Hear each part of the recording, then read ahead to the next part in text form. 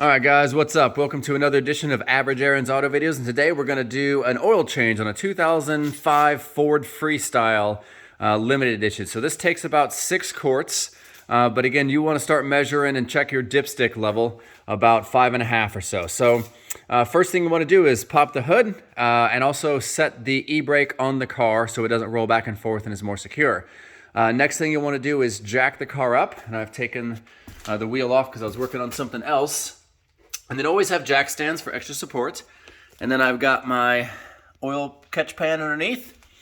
Now on top, first thing you want to do is remove the lid where you can pour the oil so air can flow down so it drains a lot faster on the bottom. And then also locate your dipstick because you'll need that as well. And then we got our Ford Motorcraft Oil Filter. Gonna look like this.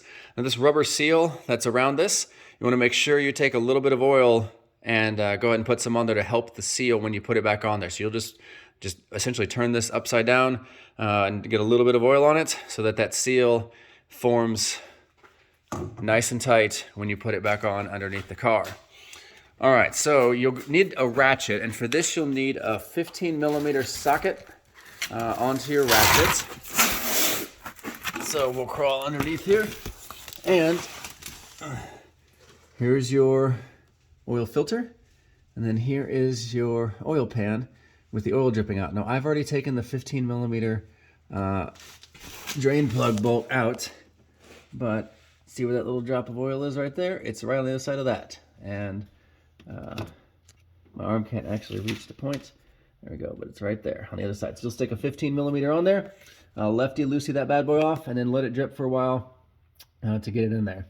Then you'll put that drain plug back in, and we'll pull the filter off. So I'm going to put the drain plug back in, and I'll come back with the camera and show you some tips to get the filter off if it is stuck. All right, first thing is you kind of want to wipe it off, get it clean, see if you can't get it with your hands and gloves.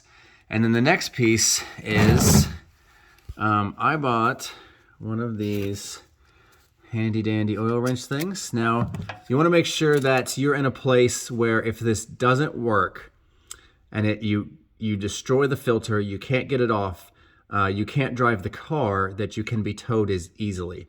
So this would sort of been something you did before you even drained the oil, and before we remove this. If you're not in a place where you can be recovered easily by a tow vehicle, I would recommend doing that. So you'll just kind of grip it here. It's got some teeth, and it starts to come off. Now make sure you get your drip pan underneath it. Now if this doesn't work for whatever reason, one other thing you can do too, and be careful doing this, and I do not advise this unless you're in the most extreme circumstances, is you can actually take a screwdriver and stick it through here and try to spin it around. But what you don't want to do is damage the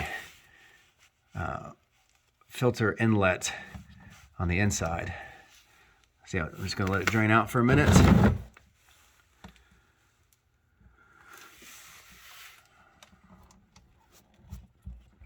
Remove the oil. It'll drip a little bit, that's all right. It's a longer bolt than you think too. This thing spins for a hot minute. Like YouTube. Oh, there we go. All right. So if you do elect to stick a screwdriver in there, if you damage that screw fitting, you're in a bad way. You absolutely don't want to do that. So keep it near the end if you absolutely have to, but again, do not recommend it. That's how you get the filter off. So there's enough oil around that as I put the new filter on, that it shouldn't be a big issue to make sure we get some of that around the black springs there. But if you didn't, or the black ring, you can just put it in here, get a little bit on. But in this case, because this bolt is so long that you're screwing this onto, you don't have to like be Superman and tighten this thing down like all the way. A good solid hand tight is all you need to keep that on there. And then what I would do is grab a rag, but I don't have one near me right now, and kind of wipe away this residual oil that's here, because if you're driving and you get a low oil or anything like that, you want to look and make sure that you don't have an oil leak from somewhere, and this could be a possible source and location for it. So if you remove the old oil, you'll know if you get a leak fairly quickly. So I just want to wipe some of that away. Oh, from back here as well. So that way it'll help you identify if you do get a leak. So that's a tip I have for you guys when doing that. All right, next you want to check your manufacturer's guide and also some Googling online and check the type of oil that you want to use. So for this car, I'm going to use the STP oil, synthetic high mileage. I've got some 5W20 here that we're going to leverage and put in here. So we're going to fill up about 5 or 6 quarts, and first we're going to measure before we put in a full 6 quarts, because you don't want to overfill oil. All right, so we poured in 5 quarts of oil, but I also put in some Lucas synthetic oil. I just think that's a great product, especially for higher mileage vehicles. So you clean off the dipstick, insert it back in all the way, and pull it back out. You want to test and see kind of where the oil is. So I can see it's at the bottom curve part, but it's not where the cross threading is on there. So we got to pour in that last quart to top it off. All right, so we got it topped off with the last 6 quarts,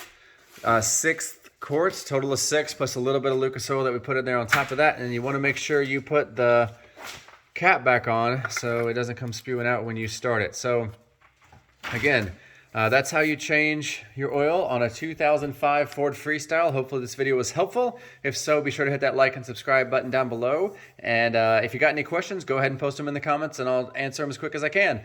Thanks so much, and you guys have a great rest of your day.